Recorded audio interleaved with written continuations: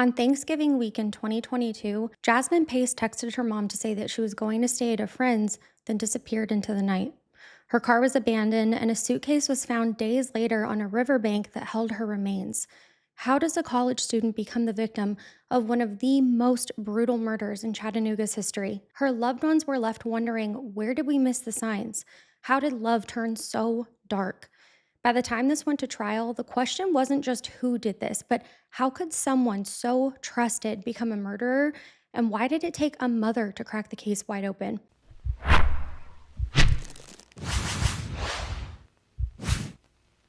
Welcome to True Crime Nurse, everybody. My name is Kat, and I'm a registered nurse who loves all things nursing and true crime. Please be sure to like, subscribe, and ring the bell before you go. All right, my friends, let's get into today's story. Jasmine Pace was born on May 29th, 2000 in Chattanooga, Tennessee, and by 2022, she was a college student at the University of Tennessee. Friends and family knew Jasmine by her nickname Jazzy, and everyone that knew her said that her nickname reflected her personality to the T. She had an artistic side and a love for music, and I found a video that her family shared where Jasmine was singing to her little niece in 2020. This was a moment that her family said was a glimpse of who Jasmine really was. She was petite at 5 feet 2 inches tall and about 98 pounds, but she had a big presence, especially to those who knew her. She was known for her bright smile and compassion, and family was everything to her. She was very close to her mother, Katrina, and her siblings, but Jasmine had experienced loss too. She lost her brother, Travis Pace, a few years before, and he had a very tragic death that deeply impacted her entire family. Also, knowing that Jasmine's parents lost 2 of their children is gut-wrenching. No parent should ever have to bury a child, and certainly not 2. Despite everything, Jasmine always looked ahead to the future. She talked about her dreams, including wanting to have children someday. Her older sister, Gabrielle, or Gabby, shared that Jasmine wanted nothing more than to have children of her own. She sounds like the ultimate nurturer. At UTC, Jasmine's studies led her to becoming friends with so many people in true social butterfly fashion. In early 2022, though, through a popular dating app, Jasmine crossed paths with a fellow student named Chen. What started as a typical college romance would soon spiral into a tumultuous relationship that led to a nightmare. Friends would later describe Jasmine and Jason's relationship as passionate but rocky.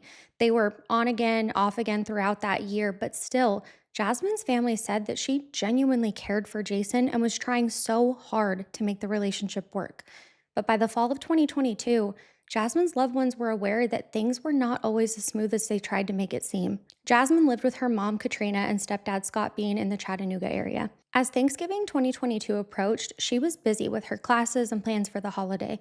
The whole family was really looking forward to spending time with each other, but Jasmine mentioned that she might go see one of her friends during that week. None of her family or her friends could have anticipated that the week of Thanksgiving would be the very last week they'd ever see her alive. Chen, who was a 23-year-old student at UTC, spent his early childhood in both the United States and in China. Jason was born in New York City, but at around 4 years old, he was actually sent to go live with his grandparents in China for several years. He eventually returned to the United States to live with his parents, and the Chen family then settled into Tennessee.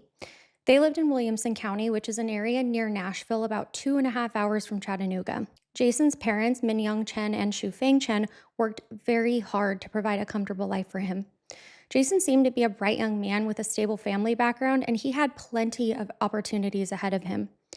In 2022, Jason majored in computer science and engineering, and he lived off campus renting an apartment of his own on Tremont Street, not too far from downtown. Friends and family knew Jason as intelligent, but also really reserved and quiet. He had no criminal record, and according to his family, no history of violence or serious mental health issues either. Many people that saw Jason and Jasmine together felt that there could be some underlying issues in their relationship, though, because there was a lot of jealousy and arguments.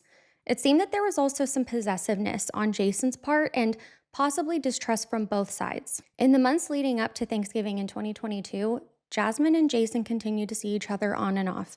Both were navigating life and college, attending classes, and hanging out with their friends, but their relationship issues continued to simmer beneath the surface the entire time. Neither of them had any known restraining orders against one another, and no police reports were ever filed by Jasmine to indicate the violence that occurred prior to that week. To Jasmine's family, Jason was just their daughter's new boyfriend. They didn't know him very well, and Katrina had never been to Jason's apartment or met his family prior to Jasmine's disappearance. Sadly, the first time the Pace family would truly come to know who Jason Chen was would be when they suspected that he had something to do with her disappearance. On the week of Thanksgiving, Jasmine spent that Tuesday with her family doing routine things like schoolwork and errands. That afternoon, she talked on the phone with Jason. Phone records later showed that on November 22nd, they spoke on the phone for an hour and 11 minutes. It's not known what all they talked about on that phone call, but we do know now that they did plan to meet that evening. That night, Jasmine told her mom that she was going out. Sometime after that phone call, Jasmine drove to Jason Chen's apartment at 110 Tremont Street in Chattanooga's North Shore neighborhood. Jason's apartment was located just off of Fraser Avenue, right across from the river downtown Chattanooga, and Jason's unit was on an upper level floor. Jasmine arrived at Jason's place in her 2021 Chevy Equinox, and surveillance footage confirmed Jasmine's vehicle arriving in the area that evening. At around 11 p.m., Jasmine texted Katrina to say that she was going to be staying at a friend's house in South Carolina for the rest of the week. She said that she would be at her friend Emma's house and would be spending Thanksgiving there, and this was a red flag in Katrina's mind because it seemed really odd that Jasmine would suddenly change plans since the holiday was in just a couple of days and she was very close with her family. This was very unlike her. Still, nothing in that message overtly spelled out danger, and it didn't seem like a cry for help either. At the time, she chose not to overreact because maybe Jasmine really did decide to go have some girl time that week. Katrina responded saying she was surprised but respected her daughter's decision since she was an adult.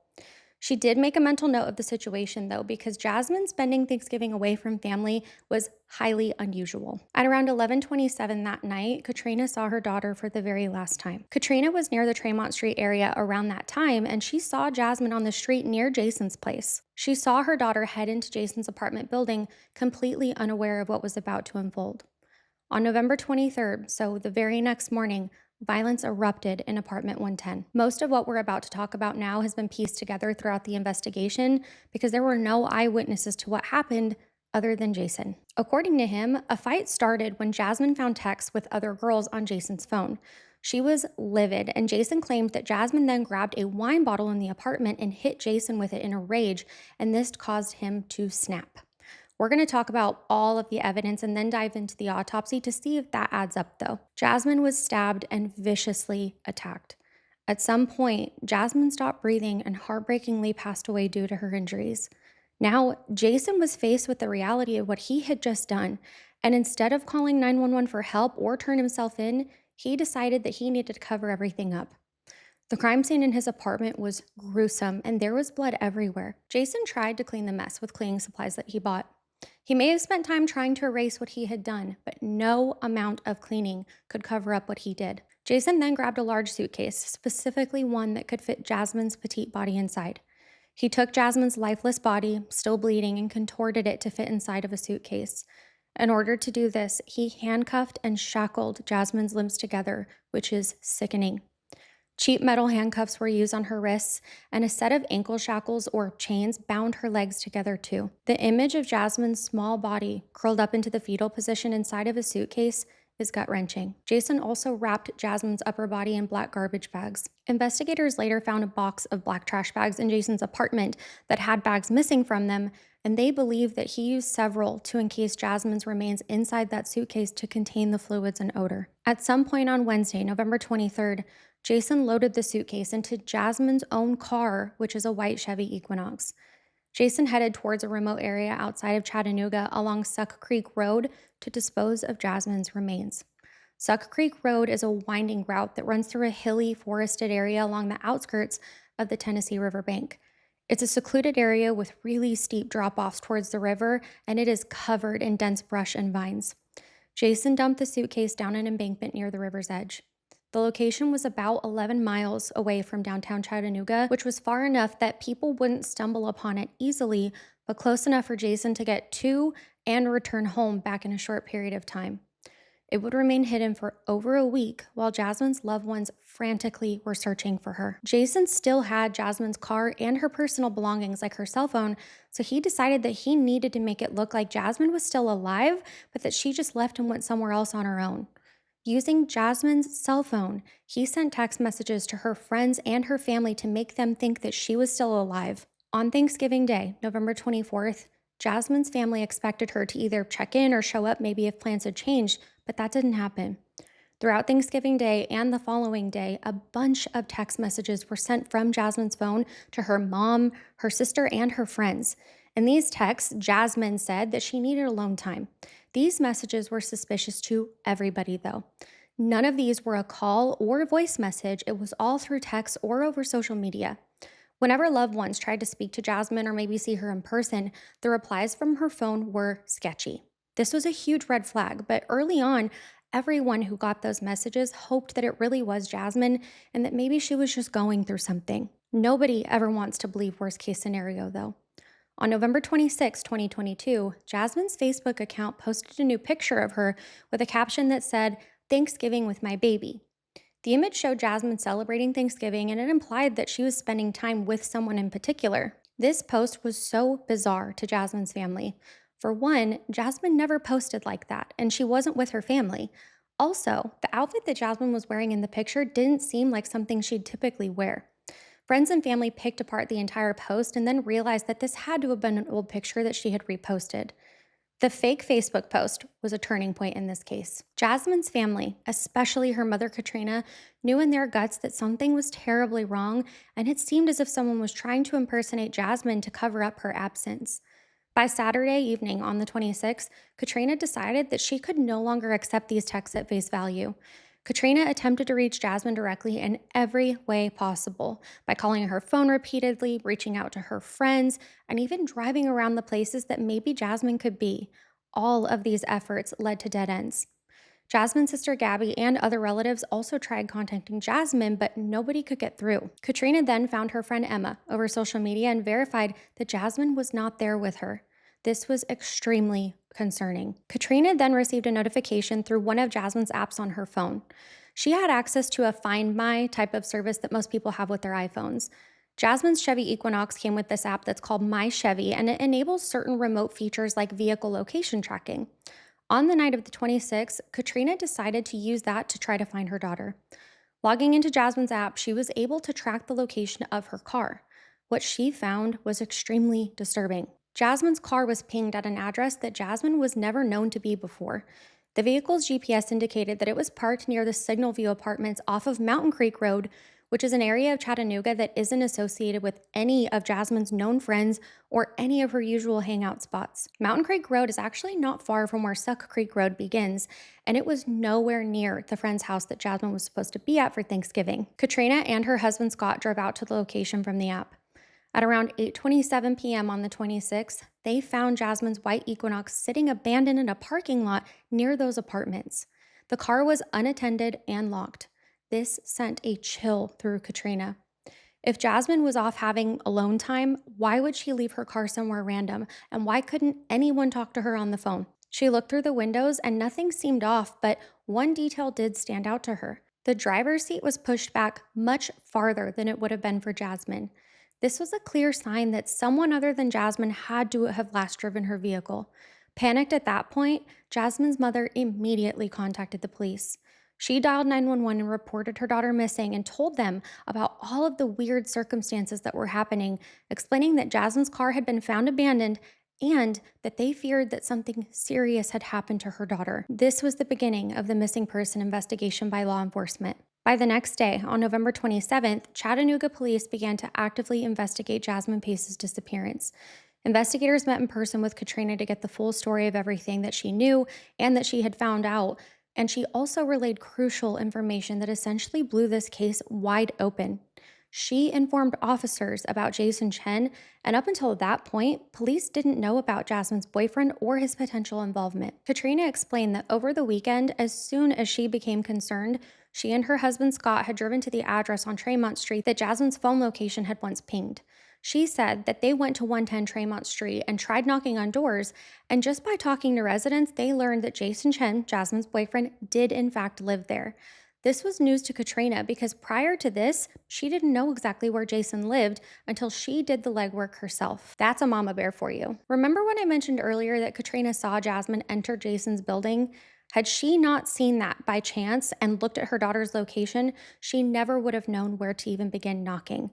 A mother's intuition is so strong, and she worked so hard in this investigation. Katrina also admitted to the police that She had entered Jason's apartment looking for her daughter. And remember this because this will be brought up again later on in the video. She said that when she went to the building on the 27th, she found Jason's unit and went inside. The method was a little unorthodox, but Jasmine's family broke into the apartment using a credit card. That just shows you the level of desperation that they felt because they weren't going to wait for a warrant or an invitation when they feared that their daughter could be inside and hurt. And the missing person investigation was moving slowly. And as her mom, she felt like they weren't moving quick enough. Let me know your thoughts on this in the comments down below, though. Once inside Jason's apartment, Katrina found clear signs of trouble. Jasmine's driver's license and credit card were lying in plain sight in the apartment. These were not items that Jasmine would ever willingly leave behind, especially not at someone else's place. Her heart also dropped when she thought that she noticed areas on the ground that could be blood. There was no sign of Jasmine herself and also none of Jason. The apartment was eerily empty, which in itself was suspicious given the fact that his girlfriend was missing. Katrina quickly got out of there and told police what she found. She also spoke to a neighbor who mentioned hearing a loud disturbance on the night of November 22nd or early on November 23rd at around 2 in the morning. This aligned perfectly with when Jasmine was likely killed. The neighbor's tip, combined with the possible blood that Katrina noticed, confirmed to her that this was in fact a crime scene. Chattanooga police now had sufficient cause to treat the case not just as a missing persons case, but as a potential homicide or at a minimum an assault case. On November 27th, detectives obtained a search warrant for Jason's apartment at 110 Tremont Street. Police units entered the apartment, and what they found inside corroborated all of what Katrina said. The place looked recently cleaned and chaotic, as if someone had left in a hurry after attempting a cleanup. There were obvious traces of blood that hadn't been entirely wiped away, but officers observed reddish stains on the living room floor, on the bathroom grout lines, and on the beige carpet of the bedroom. In the bathroom, they found spots of what also appeared to be blood spatter on the wall, suggesting that something had to have happened in there or at least nearby. Investigators also found cleaning products like bleach, paper towels, and cleaning solutions, and that was all recently purchased because hardly any of these products had been used. There were shards of broken glass from the wine bottle and other broken household items, which told the investigators that a violent altercation had to have taken place here. Finding Jasmine's personal ID and cards in the apartment, plus all of the blood and the signs of struggle, all combined to form a devastating picture, but a clear one, that Jasmine had likely been attacked and murdered inside of Jason's apartment. Her family's intuition was right all along, and Jason Chen was nowhere to be found. The prime suspect had literally vanished. The police now had probable cause to issue a warrant for Jason Chen on suspicion of murder, but now they needed to find him. As detectives processed the crime scene, they collected any CCTV footage available at the apartment complex's security system. The building's surveillance captured something very disturbing. A video on November 23rd showed Jason Chen leaving his apartment building after Jasmine's last sighting. He was wearing a mask, had black fabric that was wrapped around one of his hands, and he was carrying something that was kind of blurred on imaging out of the building. Next, they pulled data from Jason's phone. What they found was also unsettling. Jason's cell phone pinged near the North Shore apartment before law enforcement had officially secured the scene on the 27th. This means that at some point between the crime and the police search, Jason may have snuck back into his apartment, possibly to remove more items, maybe even alter the crime scene or continue cleaning. Law enforcement began tracking Jason's movements after he left the apartment, though. They discovered that on Wednesday the 23rd, after disposing of Jasmine's body, Jason took a drive up north. Investigators used a combination of cell phone records, credit card usage, and even GPS data to follow his trail. Jason Chen drove Jasmine's car approximately 150 miles away to the town of Nolensville in the middle of Tennessee. This was the Chen's family home. Sometime on November 23rd or the 24th, Jason arrived at his parents' house in Nolensville, which is about a 3-hour drive from Chattanooga. We know that he eventually abandoned Jasmine's car back in Chattanooga, where Katrina found it on the 26th, so how did he get it back there? This part is kind of complex, so just stay with me here. One scenario is that after dumping Jasmine's body on Suck Creek Road, Jason drove straight to Nolensville in her car. He spent a day or two there, then realizing that the car might lead the police to him, so he decided to ditch it back in Chattanooga to throw investigators off. It's possible that he returned to Chattanooga on the 25th or 26th with the Equinox, parked it at the complex, and then got a bus ride back to Nolensville. Another scenario is that he dumped the body, returned to Chattanooga briefly, then headed to Nolensville. An article that I read from People said that police believed that Jason drove Jasmine's car to his family's house and that that's where he was arrested with it. But this conflicts with the fact that Katrina found the car in Chattanooga on the 26th. So it seems more likely that Jason did drive the car to his parents and stayed there on the 23rd and then went back to their home on the 26th. He did this to make it look like Jasmine had left it there and tried to run away with someone or something. And then again, he went back to his parents' house. I hope that that made sense. During Jason's time hiding out at his parents', apparently they didn't notice that anything was off with him. On Thanksgiving Day and that weekend, the Chens welcomed their son home completely unaware of what horror took place. However, on November 29th, the Pace family's efforts reached the Chens' doorstep. Jasmine's relatives drove to Nolensville to confront Jason and his family. A family member showed up at the Chen residence and asked them if Jasmine was there or if they knew where she was. Fang Chen, Jason's mom, said that this surprise visit alarmed her. She went to her son Jason and asked him directly if he knew where Jasmine was or what was going on. Jason told his mother he didn't know anything about Jasmine's whereabouts, though. This was obviously a lie, but at that point, Fang began to suspect that something was very wrong. Because of this confrontation and the mounting pressure, Jason considered running away for good. Investigators found while tracking him that on one of those days after the murder, Jason went to Nashville International Airport. His bank statements showed that he didn't actually purchase a plane ticket or anything else, but he may have realized that the authorities were closing in on him, so this would make an airport getaway very risky. On November 30th, law enforcement tracked Jason down at his parents' house. Officers from the Nolensville Police Department found Jason there and took him into custody. When they confronted Jason and moved in to arrest him, his first words were, and he said this calmly, "Do you have a warrant?" This is telling because he really thought that he could outsmart the police. After confirming that they obviously did have a warrant, officers arrested Jason Chen for the murder of Jasmine Pace. Police noticed that there were lacerations on his right hand, which was very suspicious, and Jason was booked into Hamilton County Jail. At a press conference later that day in Chattanooga, the DA announced that the missing person search for Jasmine had now sadly become a homicide investigation. Their main concern now was finding Jasmine. Even though they had a suspect in custody and a crime scene, Jasmine's body hadn't yet been located. Back in Chattanooga, investigators continued their search efforts to find her. Jason wasn't going to work with them, so detectives turned to forensic data and they looked directly at Jason's cell phone records for more clues. Those records showed pings that were unusual out of his normal routine. His phone showed that he was traveling along the Suck Creek Road after the murder. On top of that, the GPS information from the My Chevy app and cell towers all pointed towards that area. Police now could focus in on a search zone near the Tennessee River where his cell phone had last pinged. On December 1st, search teams were deployed to the Suck Creek Road. Chattanooga police, Hamilton County Sheriff's deputies, and search and rescue teams all combed through the rough terrain to search for her. Not far from the pavement, hidden in tangles of dead vines and leaves, an officer spotted what looked like luggage. When officers unzipped and opened the suitcase, they were met with a devastating sight. Inside were human remains wrapped in black trash bags and curled up in the fetal position. Even before forensics, they knew that this was Jasmine. The remains were of a small-framed young woman, consistent with Jasmine's description. One of the arms was visibly bound to the legs with handcuffs and shackles, and the body showed multiple stab wounds and significant blood loss. Although her face and upper body had been partially covered up with the bags, investigators could see enough to identify her.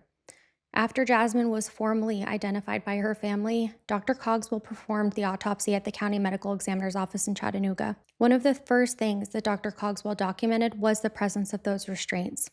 Jasmine's wrists were handcuffed in front of her, and a chain connected those handcuffs to the shackles on her ankles. Dr. Cogswell carefully removed these restraints and preserved them as evidence for the investigators. These were poor quality handcuffs, which explained why after just a week, they were already starting to rust. They left rust stains on Jasmine's skin, covering up a tattoo that she had on her wrist. She was undressed from the waist up except for the shackles. The exam found 60 sharp force injuries on Jasmine's body. These sharp force injuries included both stab wounds or deep punctures and incised wounds, meaning cuts and slashes.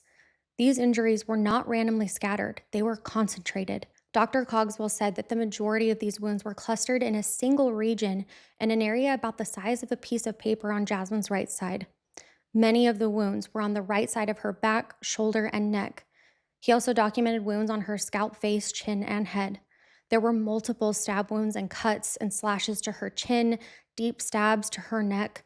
One particularly grave wound was a slashing injury that completely cut her right jugular vein. The jugular is a major vein in the neck that returns blood from the head down to the heart, and if cut, it causes rapid and massive blood loss.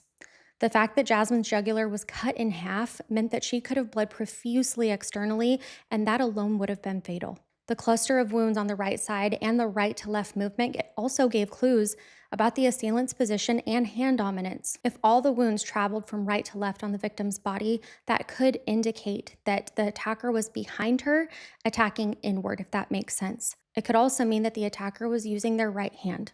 Jason Chen is right-handed, and if you remember, he also had that injury to his right hand as well. According to Dr. Cogswell, this wound pattern was consistent with him stabbing her repeatedly in a fury from behind while she possibly tried to curl up or escape. He also described a wound to Jasmine's chest that was very significant. One stab had penetrated her chest cavity and punctured her left lung, breaking a rib in the process. When Dr. Cogswell examined this wound internally, he discovered a foreign object lodged in the wound tissue. It was the tip of the knife blade. This was a 2-inch piece of metal that was embedded into her lung tissue. This was carefully removed during the autopsy and also set aside for law enforcement. The edges of the fragment were jagged where it broke from the rest of the blade. The cause of death, of course, was multiple sharp force injuries that led to massive blood loss or exsanguination and organ damage. Let me know down in the comments below if you remember that term, exsanguination, because we actually talked about that in our Selena video as well. Dr. Cogswell said that Jasmine's injuries were so severe and numerous that in total, they caused her death over a really short period of time. Despite it being a fast attack, though, he determined that it wasn't exactly a rapid death, meaning that Jasmine didn't die instantly or within seconds. Based on blood evidence and the nature of the wounds, he estimated that Jasmine could have survived for several minutes, potentially between 5 to 10 minutes from the time of her first injury. It's an agonizing thought, but a really important fact because it adds to the brutality of the crime for trial. The killer didn't stop after one wound or 2 injuries, but instead he continued to attack, knowing that Jasmine was slowly slipping away. The autopsy confirmed that Jasmine's death was the result of an extremely violent homicide. The sheer number of the wounds also speak to intent. Maybe 1 or 2 stabs, I guess, could be somewhat argued in trial as an accident or self-defense, I guess you could say, but 60? Now that we know what was found in the autopsy, we have to get into the crime scene. Jason's 1-bedroom apartment was the most important crime scene. When forensic teams searched it, they meticulously documented and collected evidence of the violence that had occurred that morning. The living room area had hardwood floors, and officers found faint blood staining all over them. Although someone had attempted to wipe everything up, traces of course remained there. They sprayed Blue Star, which is that blood detection chemical that's similar to luminol, and it reacts with hemoglobin to produce a blue luminescence. The Blue Star tests in that apartment were shocking. Under blacklight, investigators saw, quote, very intense and a long duration of blue luminescence in multiple areas, end quote. This meant that a significant amount of blood had been cleaned up there. Near the sofa and coffee table area, investigators also found broken glass fragments. These pieces were consistent with a shattered wine bottle and/or glass. There were also drops of blood near that glass. In the bathroom, on the white grout in between the tiles, small reddish-brown stains also tested positive for blood. On one of the walls in the bathroom, spatter analysis showed tiny droplets of blood everywhere and also had a damp reddish-brown towel found amongst the cleaning supplies too. The bedroom was the most critical area of the apartment, though. Crime scene investigators pulled up portions of the carpet and they found a large area of blood-soaked padding. A dark pool of blood had collected on the floor under the bed, meaning that Jasmine was lying there while bleeding heavily. They cut out these sections of the carpet and padding and tagged them also as evidence. On the bed itself, they found the knife. This knife had a handle and blade, but the experts noticed that the tip was missing. Comparing it to the fragment that had been recovered, it was a perfect match. Blood was detected on not just the floors and walls, but also on objects.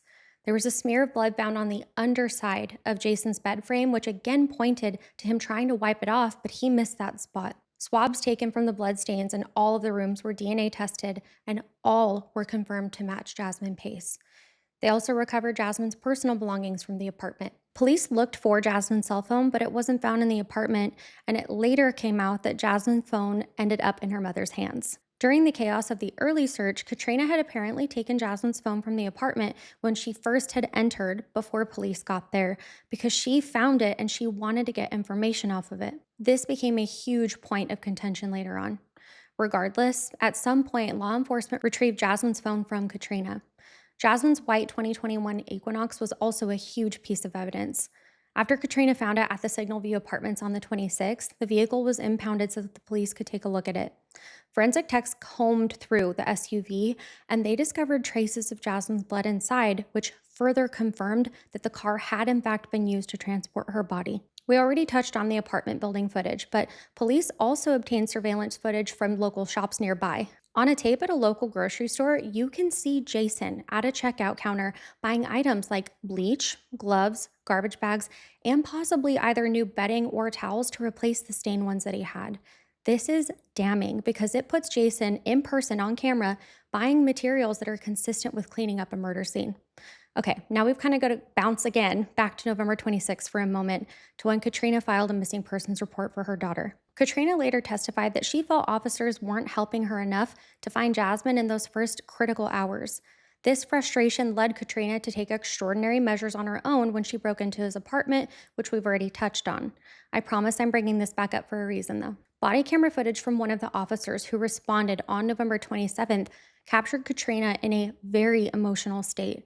She was frantic and trying to communicate the seriousness of this situation. She shared the information about Jason and the odd texts, and at one point, while an officer was physically there, Katrina actually called Jason Chen on the phone. Surprisingly, she got him to pick up. The officer's body cam video recorded parts of this call. During it, Jason lied to Katrina, saying that he hadn't spoken to Jasmine recently. Katrina knew this was false because she had the call logs and knew that they had just spoken for 71 minutes on Tuesday. On the body cam, you can hear Katrina put Jason on mute and say to the officer, quote, "He just lied. He said that he hadn't talked to her only a few minutes on Monday when she was at the bank. That's a lie. He talked to her for over an hour on Tuesday," end quote. This confirmed to the police that Jason was being deceptive. The reason that I'm bringing this up, though, is because this proactive approach had its downsides legally. The fact that Katrina and her husband entered Jason's apartment and took items out before the police could secure the scene created a huge problem. By early 2023, Jason Chen's defense team fought to suppress evidence from his apartment, arguing that Jasmine Pace's family had interfered with the crime scene before police had obtained a warrant. Prosecutors countered that Jason himself had revisited the apartment based on his phone pings, and the judge thankfully ruled in the family's favor. District Attorney Cody Wamp declined to pursue the death penalty because of Chen's young age, lack of violent history, and the absence of aggravating factors. At his December 2022 hearing, the bond was set at $5 million due to the fact that he was a flight risk and how brutal this crime had been. To prevent jury bias from the heavy local publicity, a neutral jury had been brought in from Williamson County for trial. The trial began in January of 2025 with Judge Steelman in Hamilton County Criminal Court. The DA Cody Wamp and Assistant DA Paul Moyle prosecuted, and Weiss and his co-counsel Amanda Dunn defended. The state told jurors that this was a case of calculated murder and cover-up, and this was a trial for Jasmine Pace. The defense agreed that Jason had murdered Jasmine, but argued that it erupted from sudden rage after she attacked him with a wine bottle after finding out that he was talking to other girls or cheating. He panicked, stabbed her repeatedly, and then blacked out. To them, this was an act of passion, not pre-planning. Over the course of 5 days, the state presented the crime scene evidence, blood patterns, the recovered knife, and attempts to clean, and said that these were all hallmark signs of a deliberate cover-up. They also talked about Jasmine's blood on the knife and carpet, and Jason's phone tracking him to both the dump site and Nashville airport, and that surveillance showed him purchasing all of those cleaning products. A neighbor also testified about hearing a woman's scream and a heavy thud from his apartment around 2 a.m. on November 23rd. Perhaps the most powerful of all the testimonies, Katrina was very emotional, and at one point she glared directly at Chen while talking about what she found in his apartment. The medical examiner also testified of the horrific findings during the autopsy, and this was extremely difficult for the family to listen to. Because the defense was unable to argue about the fact that Jason had killed Jasmine, they pivoted to try to focus on context and character. A private crime scene consultant suggested that the crime scene contamination blurred the exact sequence of events, but the DA completely shut him down on cross-examination. This so-called expert really was trying to blame Katrina, a worried mother, for contaminating a crime scene with all that evidence. Unbelievable. Deliberations lasted only 45 minutes on January 20th, 2025. The jury found Jason Chen guilty of first-degree premeditated murder and abuse of a corpse. In Tennessee, this verdict triggers an automatic life sentence, and jurors would then need to decide if it would be either with or without parole. The next day, jurors came back to choose between life, which would mean parole after 51 years, or life without parole. DA Womp asked jurors to ensure that Jason never walked free by saying, quote, "All we're asking is that he never gets out of prison. Jasmine Pace never got out of that suitcase until she was in a coffin," end quote. She argued that the crime's cruelty and Jason's lack of remorse far outweighed his age or a clean record. The defense stated, quote, "Give him the opportunity as a 73-year-old man to seek forgiveness after 51 years of reflection," end quote. He also added that parole eligibility is a statement of society's capacity for mercy, even towards a murderer. The family then gave their victim impact statements, and they were powerful. Katrina spoke about the enduring trauma and asked jurors to ensure Jason never harms anyone again. Gabrielle Pace, Jasmine's sister, talked about her dreams of motherhood and that they were stolen forever because she always talked about how much she wanted to be a mom. Jacqueline White, Jasmine's cousin, was angry. Dropping 60 stones into a jar, one for every stab wound, she confronted Jason and said, "How are you such a coward that you had to bind a 98-pound woman?" The sound of stones echoed through the courtroom, and it was profound. Shu Feng Chen, Jason's mother, testified through an interpreter. She described an obedient, studious son and begged the jury to spare his future. Jason, who was for the first time emotional, remained silent, offering no personal apology. It really seemed that he wasn't sorry at all for what he did. He was just sorry that he got caught and that his family was also suffering in this loss. Again, after less than an hour of deliberation, the jury returned with life without the possibility of parole. Applause and tears filled the courtroom as the judge formally imposed the sentence that Jason Chen, at age 24, would die in Tennessee state custody. In addition to the criminal proceedings, Jasmine's mother filed a wrongful death civil lawsuit against Jason Chen and his parents, seeking $17 million. They alleged that the elder Chens helped their son evade capture and hindered the investigation. As of now, so November 2025, that case still remains pending. Now, I want to go back for just a moment to share that on December 8th, 2022, Jasmine's family laid her to rest. A funeral service and celebration of life was held at her local Baptist church in Chattanooga. Hundreds of people attended, including family, friends, and community members that were all so touched by this tragedy. They remembered Jasmine's 22 years of life, including her love of family, her bright spirit, and the dreams that she would never get to fulfill. They shared stories of her kindness and the joy that she brought to everybody around her. That same week, on December 10th, a candlelight vigil took place at Coolidge Park in Chattanooga's North Shore area, not far from where Jasmine spent her last evening. Attendees lit candles and released balloons in Jasmine's memory. Jason Chen, now 24, is housed in a maximum security facility in Tennessee under protective custody. He will spend every remaining year in prison, eligible only for potential resentencing if an appellate court were to overturn his conviction someday. The Pace family continues to attend memorial events and advocate against intimate partner violence, which is absolutely what happened here, because true justice for Jasmine means remembering her voice over the man who chose to silence it. Thank you so much for spending time with me today. Believe it or not, I wasn't planning on doing any cases that aligned with Thanksgiving this month, but I read an article on this case, and once I started looking into it, I was like, okay, I gotta cover this story, and I started my research. Also, I just realized that I haven't been mentioning our secret handshake. You guys gotta remind me. So for anyone new here, we have a secret handshake. And if you've made it this far into the video, drop me a blue butterfly emoji in the chat. Please make sure to take great care of yourselves this week. Nurse's orders. I'll see you next weekend. Bye.